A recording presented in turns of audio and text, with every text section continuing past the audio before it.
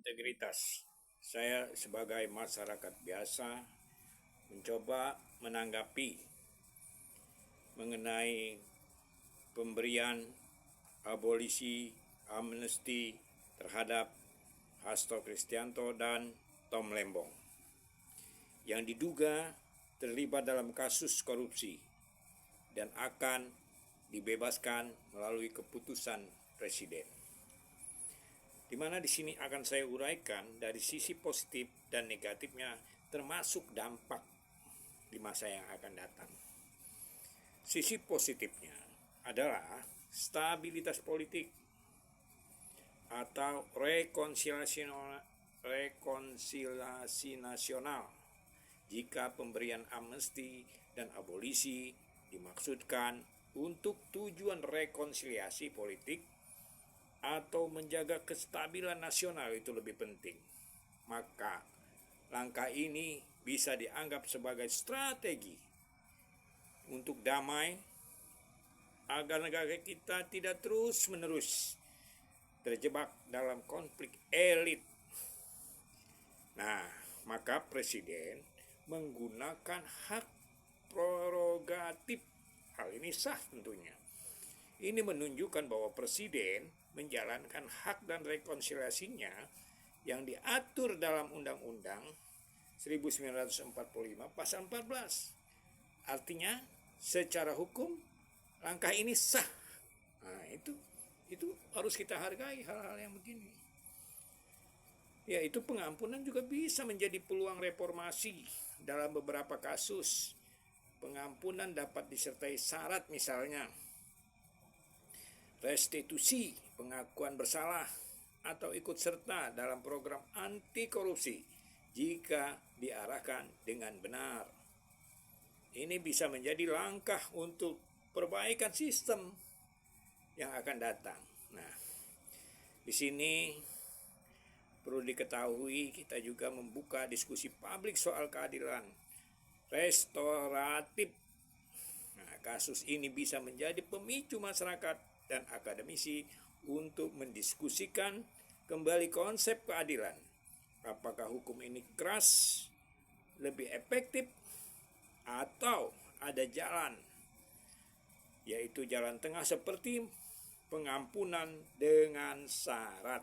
Nah, itu dari positifnya. Sekarang saya akan uraikan dari sisi negatifnya. Merusak citra penegak hukum. Korupsi adalah kejahatan yang luar biasa.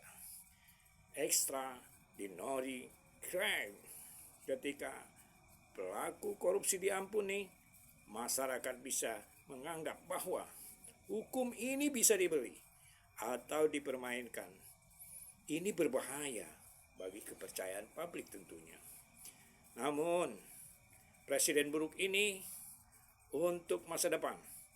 Jika tindakan ini dilakukan tanpa dasar yang jelas dan transparan, hal ini bisa menjadi presiden yang menimbulkan celah bagi koruptor, yaitu celah bagi koruptor lain terhadap yang akan diampuni juga. Ini memperlemah efek jerah.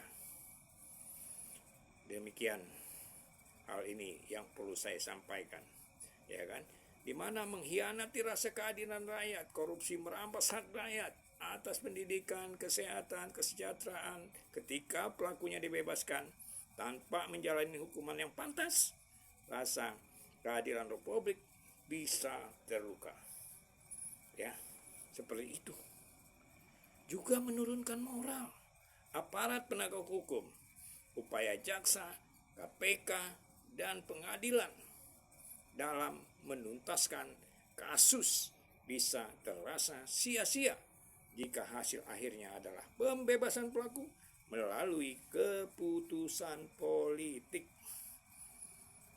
Nah, segi positif dan negatif itu, ya, sekarang saya akan memberikan uraian dampak di masa depan.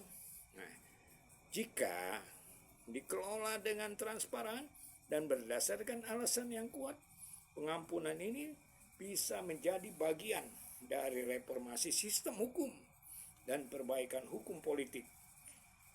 Namun jika dilakukan karena tekanan politik akan kepentingan yang tersembunyi, ini bisa menjadi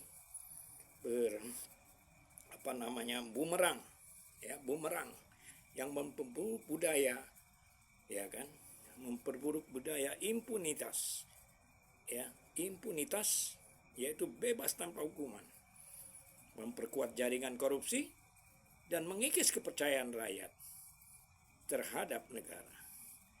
Oke, dari kesimpulan saya dari segi negatif dan positif tadi dan dampaknya masa depan, ya, maka pemberian amnesti dan abolisi terhadap pelaku korupsi sepertinya Kristanto dan Tom Lembong harus ditanggapi dengan hati-hati dan kritis.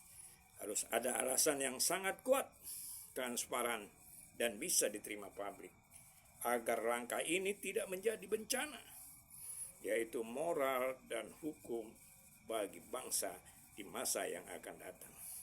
Demikian yang bisa saya sampaikan, uraian saya singkat ini agar bermanfaat dan dapat kita kaji bersama. Wassalamualaikum warahmatullahi wabarakatuh.